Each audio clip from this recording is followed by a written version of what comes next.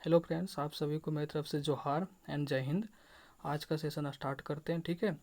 और ये क्वेश्चंस है आज का कि यदि कोई रेलगाड़ी जिसकी लंबाई 1 मीटर है किसी खंभे को T1 सेकंड में तथा किसी P मीटर लंबे प्लेटफॉर्म को T2 सेकंड में पार करती है तो प्लेटफॉर्म की लंबाई क्या होगी, ठीक है। तो यहाँ देखिए क्वेश्चंस है आपका। अच्छा, इससे पहले एक चीज़ बता रहे हैं, कमेंट देखे थे कि सर क्वेश्चंस इजी है। क्वेश्चंस इजी नहीं है, जो क्वेश्चंस आपका दरोगा में आया हुआ है वही क्वेश्चंस हम आपको करा रहे हैं, हम क्वेश्चंस चेंज नहीं कर रहे हैं, ठीक है। और बात रहा अगर 1 से 10 क्वेश्चन कल इजी होगा तो हो सकता है कि आधा जो 1 से 20 का सेट होता है ना दरोगा का जो आया हुआ क्वेश्चन है, हो सकता है कि 10 क्वेश्चन ईजी हो, बट आज का क्वेश्चन बिल्कुल ईजी नहीं है मेरे ख्याल से, ठीक है। आप देख लीजिएगा। तो क्वेश्चंस कोई भी एग्जाम में ना मिला जुला के पूछता है, 10 questions easy, 5 questions tough, 5 questions moderate, ठीक है। तो आप सब तरह का क्वेश्चंस बनाए, ये नहीं कि क्वेश्चंस इजी है, ये है वो है। इजी है तो जल्दी बना लीजिएगा, ठीक है।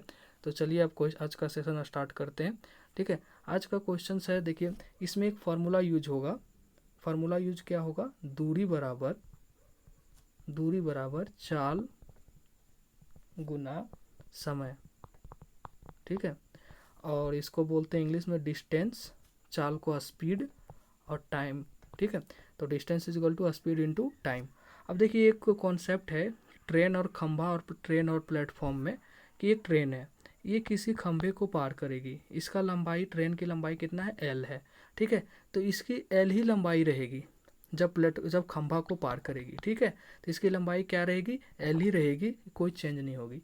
यही ट्रेन है जिसकी लंबाई एल है और एक प्लेटफॉर्म है जिसकी लंबाई एक्स है। तो जब ये प्लेटफॉर्म की पार करेगी तो इसका लंबाई जुड़ जाएगा, एल प्लस एक्स हो जाएगा, ठीक है। यही कॉन्सेप्ट हम इस क्वेश्चन में यूज करेंगे, ठीक है। तो थोड़ा इसको नोट कर लीजिए, हम आपको बताएंगे अभी। अच्छा, ये एक्स क्यों ऐड होता है प्लेटफॉर्म खंभा क्यों? खंभा का कोई लंबाई नहीं होता है, इसलिए वो जो ट्रेन की लंबाई होगा वही होगा। और प्लेटफॉर्म का लंबाई होता है, आप प्लेटफॉर्म पे गए होंगे, देखते हो कितना लंबा चौड़ा होता है, तो उस केस में लंबाई जुड़ जाती है, एल प्लस एक्स, ठीक है। तो चलिए क्वेश्चन स्टार्ट करते हैं ये वाला, ठीक है। क्वेश्चन अच्छा है, कॉन्सेप्चुअल क्वेश्चन है। तो अभी बताए थे आपको डी इज इक्वल टू क्या? Speed into time. खंभा के केस में निकाल रहे हैं, तो खंभा के केस में रेलगाड़ी की लंबाई क्या है? 1 मीटर। स्पीड हमको नहीं पता है किस स्पीड से ट्रेन चल रही है। टाइम कितना सेकंड लेता है खंभा को पार करने में? T1 second. ध्यान से देखिएगा, एकदम इजी क्वेश्चन है। स्पीड इज इक्वल टू, यहाँ से अगर हम इस खंभे के केस में स्पीड निकालें ट्रेन का तो क्या हो जाएगा? 1/T1, ठीक है, ये निकल गया। अब देखिए, अब डी इज इक्वल टू, लिखते जाइएगा, इसको मिटाएंगे अभी क्योंकि थोड़ा स्पेस चाहिए हमको। और ये क्या होगा? टी। अब देखिए खंभा को पार, प्लेटफॉर्म को पार करेगा ना अब ट्रेन, तो प्लेटफॉर्म की लंबाई कितना दिया हुआ है? पी। क्या दिया हुआ है? पी। और ट्रेन की लंबाई 1, तो ये प्लेटफॉर्म के केस में जुड़ जाएगा। स्पीड, अब प्लेटफॉर्म को पार करे या खंभा को पार करे, स्पीड तो सेम ही होगा ना। और टाइम कितना लिया है तो प्लेटफॉर्म को पार करते समय? T2, ठीक है। तो यहाँ से आप पी निकालेंगे, तो पी इक्वल टू क्या हो जाएगा? ST2 प्लस माइनस, इधर आ जाएगा ना -1, ये आपका निकल गया पी। ST2 - 1, ठीक है, ये आपका निकल गया पी, ठीक है ना। तो अब देखिए इसको हम रफ कर रहे हैं, थोड़ा जगह चाहिए, इसको लिख लीजिएगा आप। अभी हम यहाँ खंबे के केस में एस क्या निकाले थे? 1/T1। और पी क्या निकाले थे? पी निकाले थे आपका ST2 - 1, ठीक है।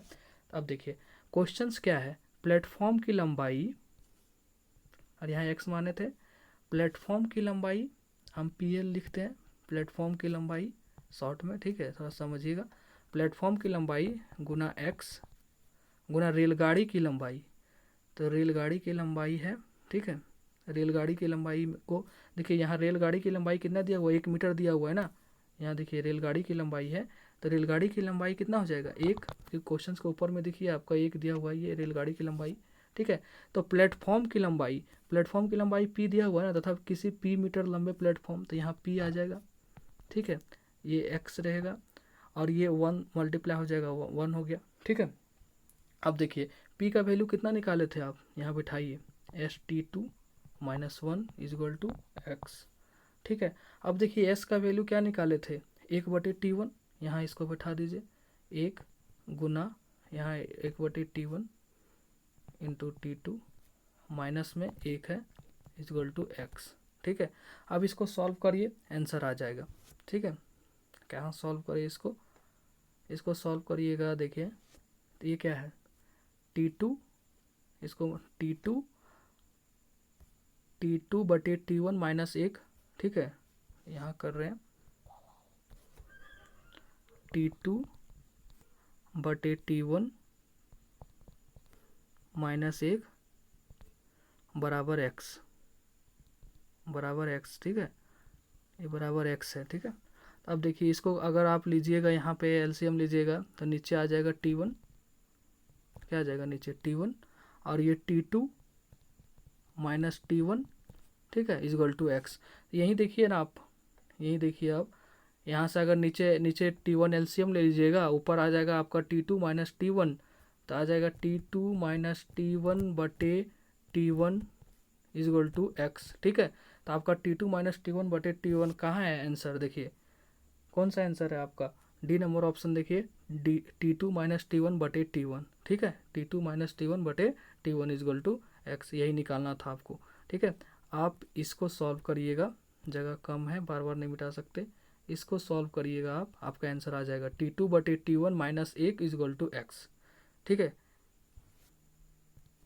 किसको सॉल्व करिएगा, T2 बटे T1 minus X minus 1 is equal to X. यहाँ एलसीएम लेंगे, यहाँ एलसीएम लेंगे तो T1 आएगा, ये T2 आएगा और यहाँ T1 आएगा। ठीक है, एलसीएम लेंगे तो, और यहाँ x, तो देखिए कौन सा ऑप्शन मैच कर रहा है, आप डी नंबर कर रहे हैं ना। ठीक है, तो कुछ नहीं था, दोनों का स्पीड निकालना था प्लेटफॉर्म के केस में और खंभा के केस में। और यहाँ आपका प्लेटफॉर्म की लंबाई यानी p, यानी यहाँ x मान लिए थे, रेलगाड़ी की लंबाई 1 दिया हुआ है, यानी पी एक्स इंटू 1, तो आपका p का वैल्यू यहाँ बैठा देना था, और s जहाँ आया वहाँ s का वैल्यू बैठा देना था, आपको आंसर निकाल देना था। ठीक है, चलिए नेक्स्ट क्वेश्चंस है आपका, अधिधारा के अनुदिश। अब देखिए नाव के केस में क्या होता है, नाव के केस में धारा के अनुदिश, देखिए अच्छा क्वेश्चन है, कॉन्सेप्चुअल क्वेश्चन है। धारा के अनुदिश कहने का मतलब है धारा के साथ। ठीक है, और धारा के विपरीत मतलब वही धारा के उल्टा बह रहा है। ठीक है, तो अगर धारा का अनुदिश बोलेगा तो धारा के अनुदिश के केस में, ठीक है, स्पीड जुड़ जाता है, और धारा के विपरीत केस में स्पीड घट जाता है। ठीक है, हम देखिए मान लीजिए कि हम u माने, u क्या है, u धारा की चाल है, इसको लिख लीजिएगा, हमेशा u ही मानिएगा, u धारा की चाल।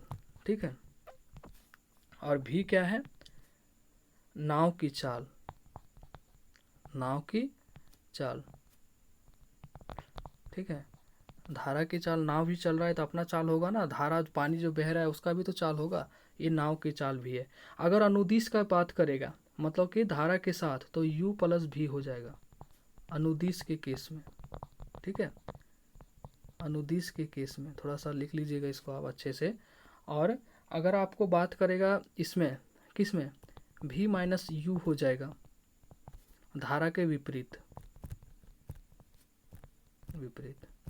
ठीक है, अब देखिए यहाँ v माइनस यू ही क्यों होगा, ये देखिए v माइनस यू ही क्यों होगा, u माइनस v क्यों नहीं होगा, धारा के विपरीत बह रहा, नाव चल रहा है, धारा के विपरीत नाव चल रहा है, इसका मतलब नाव का चाल अधिक होगा ना। मान लीजिए कि आप हवा के विपरीत चल सकते हैं, इसका मतलब आपका हवा के विपरीत आपका चाल ज़्यादा है, आप ज़्यादा चाल से चल सकते हैं हवा का, वरना आपको हवा तो बहा लेती। अगर यहाँ अगर चल रहा है नाव धारा के विपरीत, हम बोल रहे हैं कि धारा के विपरीत चल रहा है, इसका मतलब नाव का ज़्यादा चाल होगा पानी से, धारा से, तभी तो चल रहा है, अन्यथा नाव तो बह जाती। अब बह जाती तो किस केस में बहती, धारा की चाल अधिक हो जाती नाव से। ठीक है, तो हम धारा के विपरीत बात करेंगे तो हमेशा नाव की चाल से घटेगी धारा की चाल। ठीक है, v माइनस यू, इस चीज़ को आप याद रखिएगा। ठीक है, इसको नोट करिएगा, हम इसको रफ कर रहे हैं। ठीक है, अब देखिए धारा के अनुदिश, धारा का अनुदिश अभी बताए थे, क्या लेंगे, u प्लस v, कितना दिया हुआ है 18 किलोमीटर प्रति घंटा। धारा के विपरीत कितना दिया हुआ है, धारा के विपरीत क्या लेंगे, v माइनस यू, कितना दिया हुआ है 12, ये दोनों को जोड़ दीजिए। ठीक है, आपका u से u कट जाएगा, प्लस माइनस 2v बराबर 30, तो भी बराबर कितना आ जाएगा, 2 से भागा हो जाएगा तो 15। क्वेश्चन क्या पूछा है, भी हम जो निकाले वो क्या है, ये नाव की चाल है, ठीक है। क्वेश्चन क्या पूछा है, धारा की चाल क्या होगी, हम भी निकालने, ये नाव का चाल हो गया, अभी बताए थे भी, और यू हम निकालेंगे तो यू हम बैठा दिए, तो 18 में से ये भी घट जाएगा, तो हम 18 भी कितना निकाले हैं 15, तो 3, ठीक है। तो धारा की चाल क्या है, 3 है, ठीक है, 3 किलोमीटर प्रति घंटा, ये नंबर, ठीक है। समझ गए होंगे आप लोग। नेक्स्ट क्वेश्चंस है, इजी क्वेश्चंस है। 80 का 85%, इस केस में आप खाली ऐसे करते जाइएगा, 80 का 85% बटे 100 का 60%, 60 बटे 100 का 30%, 30 बटे 100, ठीक है। ऐसे करते जाइएगा आप, ठीक है ना। तो इस केस में आप क्या क्या होगा, काट कूट के जो भी करिएगा आप काटिएगा, देखिएगा कुछ भी 1224, ठीक है, बटे 100, तो 12.24, 2 जीरो यहाँ एक मतलब यहाँ आ जाएगा, इसका आंसर होगा बी नंबर, ठीक है। आई होप आप लोग काट लीजिएगा, ये जीरो ये जीरो, इससे 2 कट जाएगा, ये से ये कट जाएगा, ठीक है। फिर 5 से काटिएगा तो इधर कट जाएगा, कुछ कट जाएगा, फिर आपका ये आ जाएगा, ठीक है। चलिए नेक्स्ट क्वेश्चंस। एक संख्या को 50 से गुना करने की बजाय गलती से 50 से विभाजित कर दिया, ठीक है। एक संख्या को हमको करना क्या था, 50 से गुना करना था, हम संख्या मान लेते हैं, संख्या मान लेते हैं, संख्या क्या माने हम, संख्या मान लेते हैं, संख्या माने हम 100, इस केस ऐसा ही केस में 100 मानिएगा आप, वो एक्स उक्स नहीं मानिएगा, बहुत लेंदी पड़ जाएगा, ठीक है। 100 मान लिए। अब क्या है कि एक संख्या को 50 से गुना करने के बजाय इसको क्या 50 से गुना करना चाहिए था, ठीक है। तो वास्तविक में करना क्या चाहिए था, तो वास्तविक संख्या आपका क्या होगा, जिसको रियल संख्या बोलते हैं, वास्तविक काम हमको करना था, इसको 50 से गुना करना था, ठीक है। तो 50 से गुना करना था तो कितना आता ये 5000, ठीक है, 5000 आता।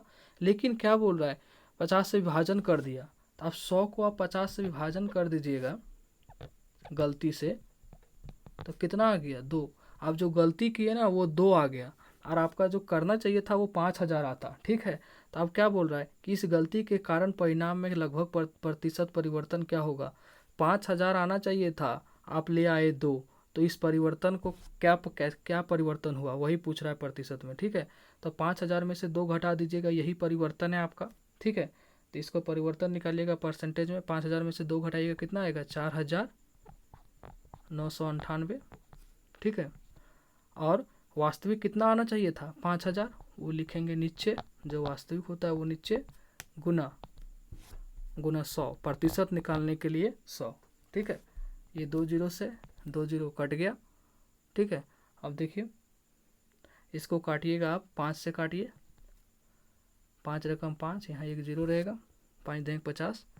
अब देखिए 5 9 45, यहाँ 4 आएगा, फिर 5 9 45, अब यहाँ फिर 4 आएगा, अब 48 हुआ, फिर 5 9 45, ठीक है। अब देखिए अब बच गया 3, और 1 दशमलव लीजिएगा तो 30 हो जाएगा, 5 6 का 30, भागा दे लीजिएगा, 1 दशमलव और इधर आएगा तो 99.96, ठीक है, आपका आंसर होगा ये नंबर।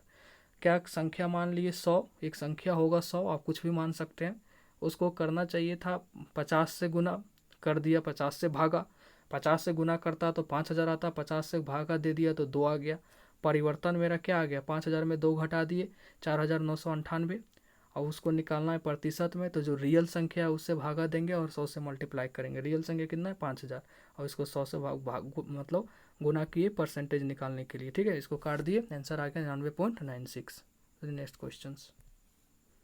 क्वेश्चन है आपका कि एक फल विक्रेता के पास कुछ सेब थे, कुछ होगा, हमको नहीं पता, कुछ भी होगा, कितना भी होगा, वह 60% सेब बेच देता है, कितना बेच देता है 60% सेब। तो आप कोई भी चीज़ को स्टैंडर्ड 100% ही लेते हैं ना, ठीक है। तो 60% बेच दिया तो कितना बचा 40%, ठीक है। 60% सेब बेच दिया, और अभी भी उसके पास 2800 सेब बचे हैं, तो 2800 सेब जो बचा है वो 40% ही होगा ना, 60% तो बेच दिया तो 40% बचेगा, अब बच्चों बोल रहा है कि 2800 सेब बचे हुए हैं, तो 40% बराबर 2800 होगा। तो मूलतः उस फल वाले के पास सेब की कुल संख्या का पता लगाएं। तो किसी के पास 100% ही होगा ना, उससे ज़्यादा तो कुछ नहीं होगा, ठीक है। तो 1% बराबर 2800 बटे 40, तो 100% बराबर 100% बराबर हो जाएगा 2800 बटे 40 गुने 100, ठीक है। अब देखिए 1 जीरो से 1 जीरो कट गया, अब यहाँ काटिएगा तो 4×7=28 डबल जीरो, तो एक एक 10 से गुना हो जाएगा तो 7000 हो जाएगा, 7 पर 3 जीरो, आपका आंसर क्या हो जाएगा 7000, सी नंबर, ठीक है। क्वेश्चन इजी था, ये देखिए अच्छा क्वेश्चन है, ठीक है। हड़बड़ा जाइएगा कैसे बनेगा, अब ध्यान से सुनिए, ठीक है ना। बोल रहा है एक बैग में 25 पैसे के 800 सिक्के हैं, 25 पैसे के 25 पैसे के कितने सिक्के हैं, 800 सिक्के हैं, ठीक है। और 50 पैसे के 1600 सिक्के हैं, ठीक है। यदि 25 पैसे के सिक्कों के, ये यहाँ लिखा गया है गलती से, ठीक है, क्वेश्चंस में वाले को मिस प्रिंटिंग है, ठीक है। तो ये नहीं होगा, ये कुछ नहीं है, ठीक है। तो ये क्या बोलता है, 25 पैसे के सिक्कों के 13% और 50 पैसे सिक्कों के 28% को निकाल दिया गया। तो 800 में का 13% हम निकाल देते हैं, क्योंकि 2500 का तो यही है, तो 2 जीरो से 2 जीरो, कितना हो गया 124, ठीक है। अब देखिए इसको नोट करिएगा, फिर मिटाएंगे। 25 का पैसे का कितना है 124। अब देखिए फिर 50 पैसे का कितना निकाला, और कितना है 50 पैसे का 1600 सिक्का है, निकाला कितना कितना प्रतिशत 28%, 28/100, 2 जीरो से 2 जीरो, ठीक है। कितना आ गया, गुना करिएगा तो 448, ठीक है। ये इतना निकाला है, 50 पैसे और 25 पैसे के सिक्के का निकाल लिया, ठीक है। अब क्वेश्चंस कहता है कि 28 पैसे प्रतिशत निकाल लिया था, तो बैग में निकाले गए पैसे की प्रतिशत गणना करें, ठीक है। तो जो 124 और 448 जो निकाले हैं, इसको प्रतिशत में गणना करना है, ठीक है। यही है क्वेश्चंस, ठीक है। तो इसको मिटा रहे हैं आप थोड़ा, ठीक है। तो 25 पैसे का कितना निकाला था, 25 पैसे का कितना निकाला था बताइए। 25 पैसे का निकाला था आपका 104, और 50 पैसे का निकाला था आपका, अभी जो निकाले थे 448, ठीक है। अब देखिए, अब बोल रहा है क्या कि तो बैग में निकाले गए पैसे की प्रतिशत की गणना करें, ठीक है। तो इसको या तो आप रुपया में कन्वर्ट कर लीजिए, या तो पैसा में कन्वर्ट कर लीजिए, क्योंकि एक 25 पैसा है, एक 50 पैसा है, ठीक है। तो आपको एक चीज़ में इसको कन्वर्ट करना होगा, ठीक है। तो हम इसको रुपया में कन्वर्ट करते हैं। तो 104 पैसा को हम 104 पैसा 104 ठो है ना 25 पैसे का, तो इसको अगर 4 से भागा दे देंगे तो रुपया में कन्वर्ट हो जाएगा, ठीक है। तो यह आ जाएगा आपका 26, और 448 सिक्का है 50 पैसा वाला, तो इसको हम अगर 2 से कर देते हैं तो ये आ जाएगा रुपया में, तो कितना आ जाएगा 224, ठीक है। अगर हम आपको पूछ दिए कि आपके पास 100 ठो सिक्का है 25 पैसे वाला, 100 ठो चवन्नी है आपके पास, ठीक है, ऐसे समझिए, तो कितना रुपया है, तो आपके पास 25 रुपया है ना, 100 को चवन्नी का 25 रुपया होता है, 298 है आपके पास, तो कितना हुआ 298 है तो 100 रुपया हुआ। तो यही कर रहे हैं यहाँ, 104 गो आपके पास 25 पैसा वाला है, तो कितना रुपया हुआ 26 रुपया। 448 गो आपके पास 50 पैसा वाला है, तो आपके पास कितना रुपया हुआ, तो 2 से भागा दी 224 रुपया, ठीक है। अब देखिए यहाँ क्या दिया हुआ है, प्रतिशत में निकालेंगे तो हमको तो टोटल कितना दिया हुआ है वो तो पहले निकालना होगा। 800 सिक्के हैं 25 पैसे वाला, 1600 सिक्के हैं 50 पैसे वाला, ठीक है। इसको भी कन्वर्ट करना होगा आपको। तो 800 क्या है आपके पास 25 पैसा वाला, तो इसको 4 से करिएगा, ठीक है। और प्लस में आपके पास 1600 सिक्का है, कौन सा 1600 सिक्का है आपका 50 पैसा वाला, इसको भी करिएगा आप। तो इसको करिएगा तो कितना आएगा 4 दूनी 8, 200, 854 है तो 200 रुपया हुआ, और 1600 आपके पास 98 है तो कितना हुआ 1698 है, तो देखिए 1698 है तो इसको 2 से ना डिवाइड करेंगे, 50 पैसा लिख दिए नीचे, ठीक है। इसको 2 से करेंगे डिवाइड, 1600 को 2, ठीक है, 1600 बटे 2, 1698 आपके पास, तो 800 रुपया हुआ। तो टोटल रुपया कितना हुआ? 1000। कहने का मतलब है 1000 आपके पास रुपया था, और 26 और 224 कितना हुआ? इधर 250, ये दोनों मिला के कितना हुआ? 250। आप 250 रुपया निकाल लिए, ठीक है। 1000 रुपया था, अब 250 रुपया आप निकाल लिए हैं। तो वही बोल रहा है कि 1000 में आप 250 निकाले तो कितना प्रतिशत निकाले, ठीक है। आप मुँहे मुँहे निकालिएगा तो आपसे 25% निकल जाएगा। आपके पास 1000 रुपया है, आप 250 रुपया निकाल लिए तो कितना प्रतिशत निकाले, ठीक है। इसको भी बता देते हैं आपको, इसको लिख लीजिए। तो 1000 रुपया टोटल था, 250 रुपया आप निकाले, 250 जो निकाले वो ऊपर, टोटल जो था वो नीचे, गुना 100, ये हो जाएगा आपका, ठीक है। ये 2 जीरो से 2 जीरो कट गया, 1 से कट गया, 25, ठीक है। कितना परसेंटेज? 25%। जो निकालिएगा सो ऊपर, जो टोटल सो नीचे, और गुना 100 इसलिए क्योंकि प्रतिशत में कन्वर्ट करना है, ठीक है। ठीक है ना। हम पैसा में क्यों कन्वर्ट, पैसा को रुपया में क्यों कन्वर्ट किए? क्योंकि इस 25 पैसा जो निकाल रहा है उसको भी एक तरह एक जैसा कन्वर्ट करना है, और जो दिया है उसको भी एक जैसा कन्वर्ट करना है, ठीक है ना। चलिए नेक्स्ट क्वेश्चंस है, देखिए सब अच्छा क्वेश्चंस है। ताश के गड्डी से 5 पत्ते खींचे गए, ताश के गड्डी से 5 पत्ते खींचे गए, 3 लाल पत्ते 2 काले पत्ते आने की क्या संभावना है, यानी प्रोबेबिलिटी क्या है, ठीक है। प्रोबेबिलिटी पूछ रहा है यहाँ, प्रोबेबिलिटी का क्वेश्चन है ये। तो ताश के गड्डी में, ताश कितने पत्ते का होता है? जो खेलता है पता ही होगा, 52 पत्ते का होता है। तो इसमें मेनली लाल जो होता है ना, रेड, लाल पत्ता, रेड पत्ता, वो 26 होता है, ठीक है। और काला वाला भी जो पत्ता होता है ना, वो 26 होता है, ठीक है। और फिर 26 जो लाल होता है उसमें डिवाइड होता है ईंट और लालपन, और चिड़ी और कुछ होता है एक, वो डिवाइड होता है आपका कालापन में, ठीक है। तो इसको क्या करना है आपको? अब पूछ रहा है कि कितने निकालें? 3 लाल निकालेगा, 3 लाल, ठीक है। तो 3 लाल, लाल की संख्या कितना है? 26। तो 3 निकालेगा तो 3 आ जाएगा नीचे, 26C3, बाइनोमियल थ्योरम वाला क्वेश्चन है ये, NCR वाला, ठीक है। और क्या बोल रहा है कि 2 काले निकालेगा, तो 2 काला निकालेगा, काला भी कितना होता है? 26, तो 26 में से 2 निकालेगा, ठीक है, बटे। अब बोल रहा है टोटल नीचे लिखते हैं प्रोबेबिलिटी में, ठीक है। टोटल क्या? टोटल 52 पत्ता होता है, ठीक है। 52 में कितना निकाला जा रहा है? 3 लाल और 2 काला, तो यहाँ 5 हो जाएगा, ठीक है। तो आपका आंसर क्या जाएगा? 26C3, 26C2 है ऑप्शन में, और 52C5 लगता है एक ऑप्शन है, हाँ ये नंबर ऑप्शन है, ठीक है, यही होगा। हम समझ गए होंगे आप। चलिए नेक्स्ट क्वेश्चंस है, 2 पासों में एक साथ फेंकने पर दूसरे पासे में 3 से बड़ा अंक आने की संभावना क्या है, ठीक है।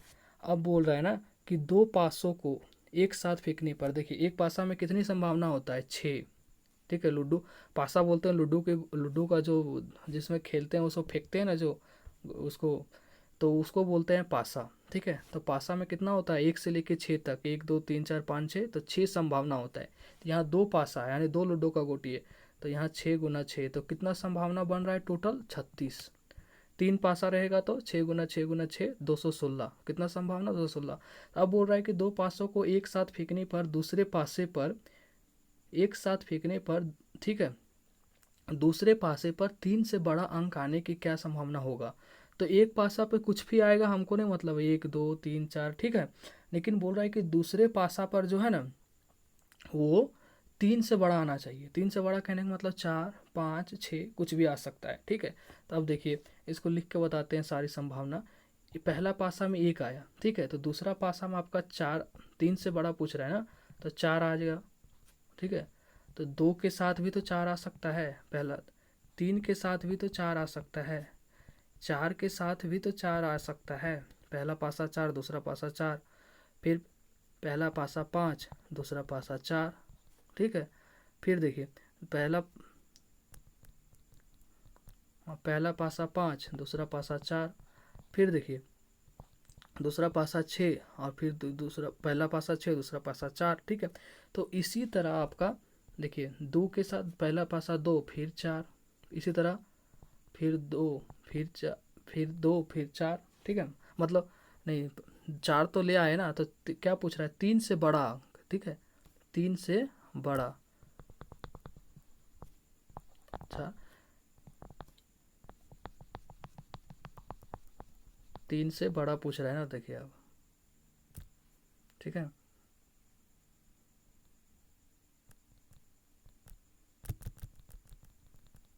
तीन से बड़ा पूछ रहा है, हाँ। अब देखिए, तो एक एक पहला पासा एक, दूसरा पासा चार, पहला पासा दो, दूसरा पासा चार, इसी तरह पहला पासा में फिर एक, फिर पाँच, फिर दो, फिर पाँच, फिर तीन, फिर पाँच, फिर चार, फिर पाँच, ठीक है, फिर पाँच, फिर चार, फिर छः, फिर पाँच, ठीक है, मतलब छः, फिर चार, मतलब पाँच, ठीक है, हाँ पाँच ही, ठीक है, फिर पाँच, ठीक है। अब देखिए, फिर तीसरा बार जब होगा, क्योंकि हम तीन से कम इसलिए नहीं ले रहे हैं ना दूसरा पासा में, क्योंकि यहाँ बोल रहा है कि दूसरे पासे में तीन से बड़ा अंक, दूसरे पासे में तीन से बड़ा अंक आने की संभावना क्या है। तो दूसरे पासे में तीन से बड़ा अंक क्या हो सकता है, चार, पाँच, छः। तो पहला पासा में एक भी आ सकता है, दो भी आ सकता है, हमको नहीं पता, तीन भी आ सकता है, चार भी आ सकता है, पाँच भी आ सकता है, छः भी आ सकता है पहला पासा में, ठीक है। तो उसके साथ चार, एक के साथ भी चार आ सकता है, दो के भी साथ भी आ सकता है, इसलिए ये संभावना है। फिर दूसरे बार जब पाँच आने की संभावना जो है, एक के साथ, दो के साथ, फिर देखिए एक के साथ फिर छः आ सकता है, फिर दो के साथ छः आ सकता है, फिर आपका तीन के साथ छः आ सकता है, फिर आपका चार के साथ छः आ सकता है, ठीक है, फिर पाँच के साथ छः आ सकता है, फिर छः के साथ छः आ सकता है। तो ऐसा कितना संभावना है, देखिए ऐसा छः यहाँ, छः यहाँ, छः यहाँ, 18 ऐसा संभावना है जब दूसरा पासा में तीन से अधिक आ सकता है, ठीक है। तो टोटल हमारा 36, और ठीक है, टोटल हमारा 36 है, तो आने की संभावना कितना है, 18, और टोटल हमारा 36 है। तो ये दोनों काट देंगे तो आपका आंसर आ जाएगा 1/2, ठीक है, आपका आंसर आ जाएगा 1/2, डी नंबर। इसमें कुछ नहीं है क्वेश्चंस में। टोटल संभावना आपका 6 × 6 36। अब पूछ रहा है कि दूसरे पासे में तीन से बड़ा अंक आने की संभावना। तो दूसरे पासा में तीन के चार आ सकता है, पाँच आ सकता है, छः आ सकता है, लेकिन पहला पासा में एक भी आ सकता है, 7 का बोल रहा है, दूसरा पासा में दो भी आ सकता है, ठीक है। इसी तरह 18 संभावना बनेगा। आई थिंक आप लोग समझ गए होंगे, ठीक है। चलिए नेक्स्ट क्वेश्चंस है, यदि 10x 12/5 है, 10x क्या है, 12/5 है, तो sin x और cos x का वैल्यू पूछ रहा है। तो आपको पता है कि 10x जो होता है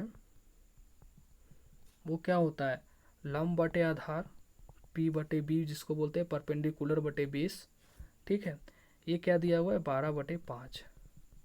तो हाइपोटेनस निकालेंगे, ऐसे केस में तुरंत हाइपोटेनस निकालिएगा, जिसको कर्ण बोलते हैं। तो हाइपोटेनस यानी कर्ण बराबर P² plus B² under root होता है। तो 12 का स्क्वायर करेंगे 144, और क्या है यहाँ 5 है ना, 15 क्यों लिख दिए, तो 5 हो गया।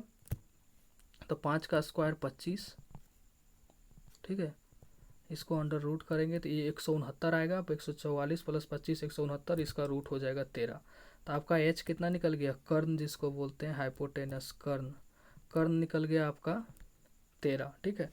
अब पूछ रहा है कि साइन एक्स गुना कॉस एक्स का वैल्यू।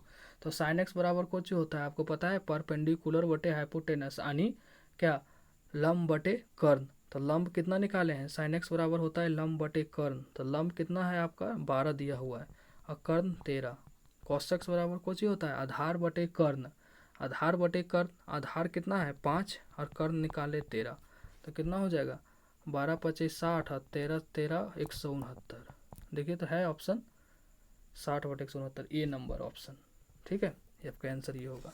साइन एक्स बराबर क्या होता है, देखिए लिख देते हैं, P/H यानी लंब बटे कर्ण, परपेंडिकुलर बटे हाइपोटेनस, और cos x बराबर B/H मतलब बेस बटे हाइपोटेनस यानी आधार बटे कर्ण। लिख लीजिएगा आप हिंदी इंग्लिश दोनों में, ठीक है। इसको बैठा दिए कर्ण निकाल के, आपका आंसर आ गया। नेक्स्ट क्वेश्चंस है, अच्छा क्वेश्चंस है कि एक घोड़ा एक खंभे से एक रस्सी के सहारे बंधा है, ठीक है। घोड़ा रस्सी को सीधे रखते हुए एक वृत्तीय कक्ष में घूमता है। ये मान लीजिए वृत्तीय कक्ष है, इसमें घूमेगा घोड़ा, ठीक है, ऐसे यहाँ। तो घूमता है जब यह 35 मीटर की दूरी तय करता है तो केंद्र पर 60 डिग्री का कोण बनाता है। मान लीजिए ये घूमते घूमते यहाँ आ जाता है तो केंद्र पर कितना का कोण बनाता है, 60 डिग्री का। ठीक है, और कितना दूरी तय कर लेता है, यहाँ से यहाँ तक का दूरी मान लीजिए कितना हो जाता है, ये 35 मीटर। ठीक है, तो वही पूछ रहा है 35 मीटर, और केंद्र पर कोण बनाता है 60 डिग्री का। तो रस्सी की लंबाई क्या है, तो रस्सी की लंबाई पूछ रहा है। ठीक है, तो रस्सी का लंबाई निकालने के लिए फॉर्मूला होता है L = R थीटा। ठीक है, R थीटा, थीटा होता है कोण जो केंद्र पे बनता है। ठीक है, तो L निकालना है, R आपका दे दिया है कितना, 35 मीटर की दूरी है।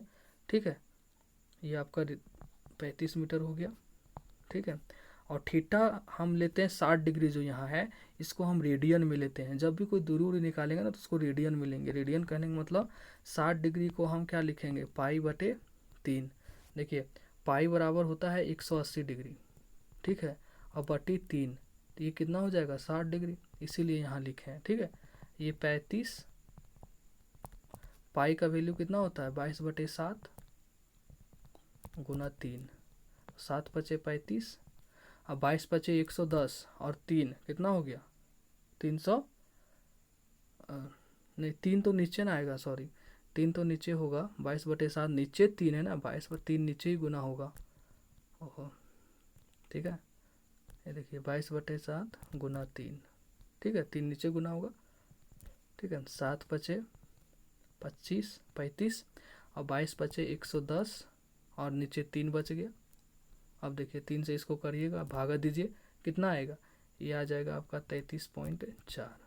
ठीक है, 33.4 आ जाएगा, आपका आंसर हो जाएगा ये नंबर। ठीक है, 33.4 ये नंबर आंसर हो जाएगा। ठीक है, समझ गए। एक फार्मूला L = R थीटा, तो L आपका निकालना है लेंथ, R दिया हुआ 35, पाई/3 क्योंकि 60 डिग्री आपको बताए थे, पाई 180 डिग्री होता है, इसलिए 3 से अगर काटेंगे तो 60 आएगा। अगर तो इसीलिए यहाँ लिखें पाई/3, और ये पाई का वैल्यू 22/7, इसको बैठाए 7 × 35, 22 × 110, और बटे 3, और ये 33.4 काट के आ गया। ठीक है, आप कैलकुलेशन कर लीजिएगा। ठीक है, तो ठीक है, आज का क्वेश्चन यहीं तक था। चलिए बाय।